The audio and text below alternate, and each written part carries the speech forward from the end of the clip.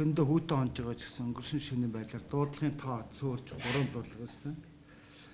За одоогийн байдлаар бид нар нийт товчоодор орж ирж байгаа түүхийн нүүрс эхний үед бид нар бол түүхийн нүүрс тээвэрлэн ярьж байгаа автомашиныг буцааж яасан. 5 тээврээр ирэхлээр 64.3 тонн түүхийн нүүрс товчоодор орж ирж исэн 90 аж ахуйн нэгжийг бол бид эхний ээлж буцаасан. За мэдээллийн хэл мэдээлэл бид тараснаас хойш дахин давтан орж ирсэн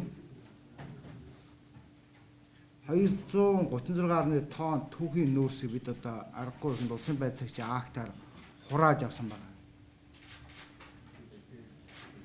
За ингэснээр бид нар агаарт үүсэх 27.1 тонн үнс тоосон цэргийг агаарт игдэхээр урьдчилан сэргийлсэн. Ер нь одоо ингээ аж ахуй нэгж иргэдэдээ бас хэлэхэд автомашинаар нүүрс тээвэрлээ орж ирэхийг завдж байна. Энэ нь одоо иргэдэд өөрсөндөө хохиролтой.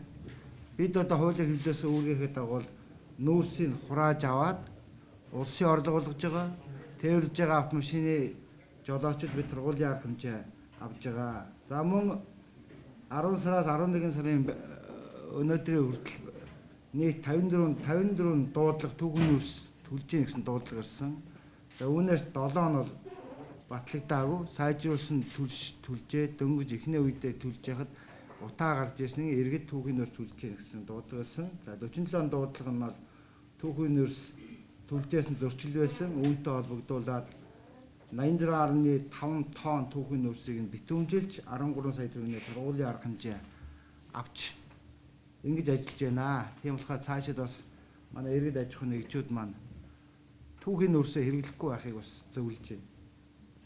За өнгөрсөн 7 хоногт нийслэлийн засаг даргын орлогч мөнх чаргал даргатай төвийн 6 дүүргүүд дээр олон нийтийн байцаагч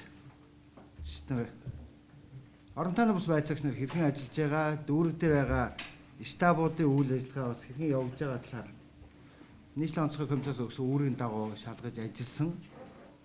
За ингээ ажиллаж байхад бол бас өглөг жишээ болохоор бас дүүрэг хороодууд байна. Би зөвхөн жишээлэхэд Баянзүрх дүүргийн тэр 2 дугаар хорон дээр засаг дарга нь өөрөө юм хүмүүстэйгээ тийм малтуур хийцэн хорооныхаа эрсдэл бүхэн иргэдээр орж яндангийн хөөлөх, зууханд нь зөвлөгөө өгөх зэрэг ажил хийж байна. За өнөөдрийн байдлаар ер нь бол Баянзүрхийн 2 дугаар хорон дээр бол угаарын хий хорлого бол гараагүй байгаа.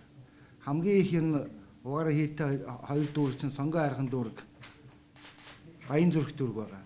5 дахь өдрийн байдлаар яг бол Баянзүрх дүүрэг дээр нийт бол 97 дуудлага ирсэн ажиллаж байгаа. Сайжруулсан түвшнээс болж доторх агуулмжаас нь болж бие өвдөж байна гэдэг юм асуудал үүсэж байна.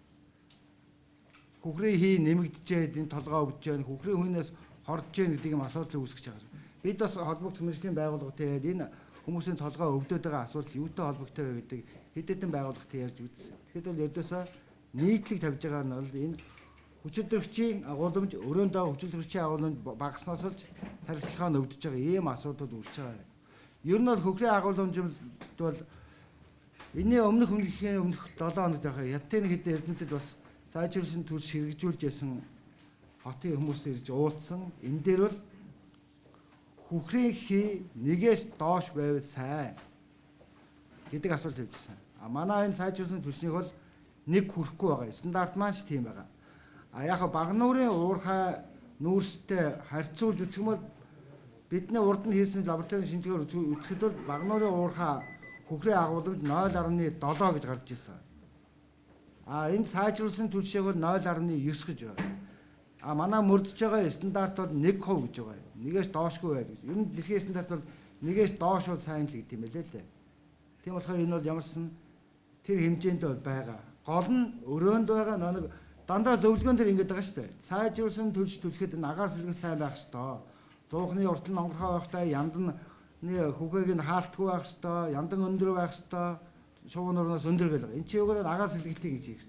Энтэй холбогдуулаад энэ өрөөндөх хүчил төрөгч дутагдж байна гэдэг.